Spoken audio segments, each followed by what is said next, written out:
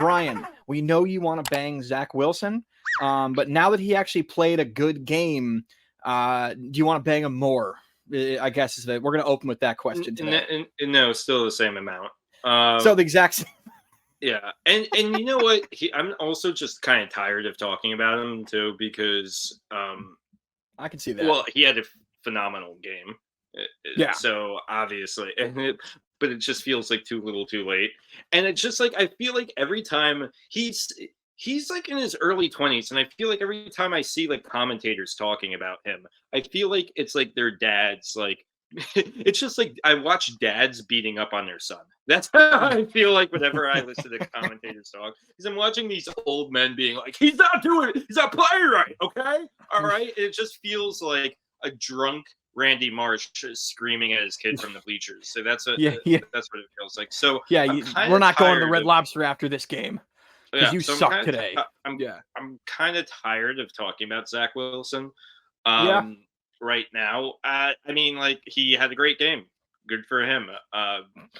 You know, I mean, still a little too late. We'll see how like the next few games go. I'm going to the Commanders game with my brother Christmas Eve, so that should be quite the shit show. Did you get seats that were close enough to the field that Zach can hear you when you tell him that he's hot and that he sucks at football? Where I could catcall him? Yes. Or you yes. Not? Actually, you did. I did. So I'll be able to catcall Zach Wilson and Aaron Rodgers from the stands. Yeah. So definitely. But yeah, it's going to be also a terrible game too. Yeah, no. At this point, I would say the Jets will probably win that one though, just because I feel like everyone, even the Giants, beats the Commanders. We're not talking about the Giants though. I swore it off weeks ago. Mike, for some reason, still wants to talk about when we were full disclosure for those of all 6 people listed at the show.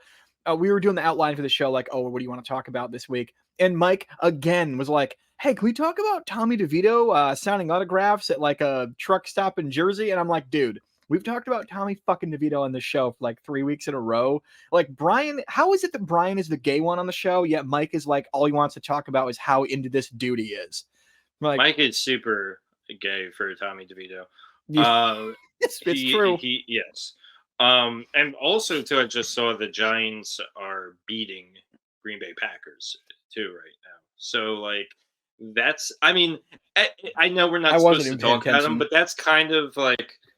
It piques my interest. I mean, the Packers aren't amazing this year, but like they're definitely better than the Giants. So I didn't even put the game on. Wasn't even checking it. Yeah, as of right now, they're winning by 4. Okay, all right. I mean, I swore them off. I didn't want them to hurt me anymore. So okay, and then two other things I briefly wanted. Well, I know you wanted to talk about Juan Soto, and then everyone's talking about Ohtani. Well, we'll get into that later. We'll get into that later.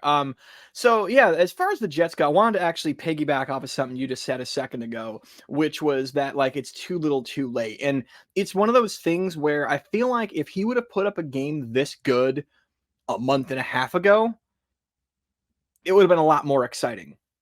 It would have been, and they probably wouldn't have put in. Looking back on it, it was probably the best decision to have him play because they wanted to have Zach. Well, not Zach Boyle. What the fuck am I talking about? The third string quarterback. Yeah, putting him as the putting him in to play against the Dolphins was probably just a bad call, just in general.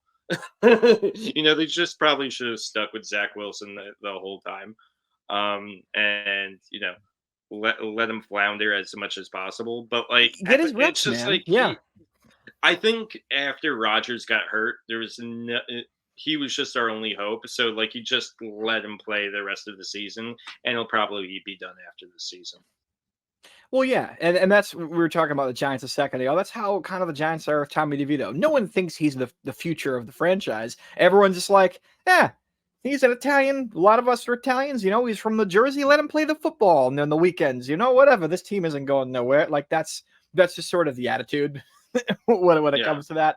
I think the Jets right now, they're 4-8. It really does suck because it's going to suck more for Jets fans like yourself if let's say Zach goes out and throws like 2 or 3 more really good games, because you're going to be like, man, they were right there. That like it's very plausible that they only end up 1 to 2 wins out of like that last wild card spot. It's if they go on a hot streak, and that's going to be the most frustrating thing, is that the season started with high emotions, negative emotions, kind of okay emotions, then way down, and then hey, well, hold on, wait, maybe we're coming back up. Oh, right at the end again, which is a very. I feel like that particular description can just describe a lot of Jets seasons.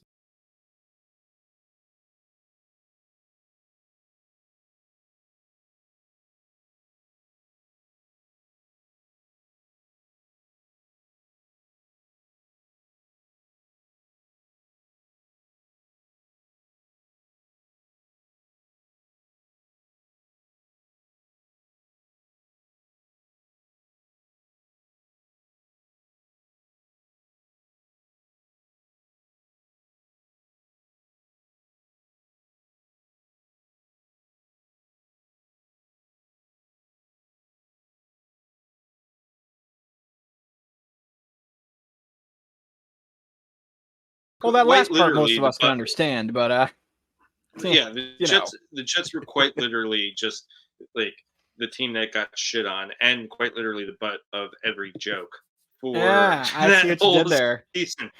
For that whole season, I mean, it was just I'll never forget watching the Patriots Jets game on Thanksgiving, and thinking it was going to be kind of a close game, but thinking the Patriots were still going to win, but thinking it was going to be close, and just talking shit to my friends who were Patriots fans, and it was just like pick six, fumble, and then this was all like in like the first quarter. It was so bad that Fireman Ed left the game. That's how bad it was. Fireman Ed, just years of following this team, just decided to quit on this team immediately.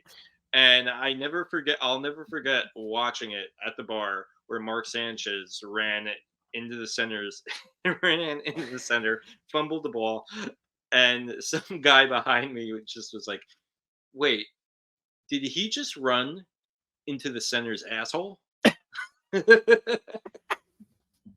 And he was like, "No, he did. He ran into the center's asshole."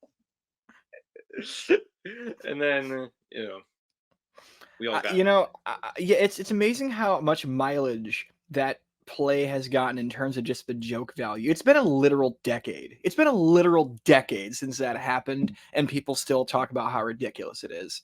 I mean, it's kind of one of the funniest things though that's ever happened.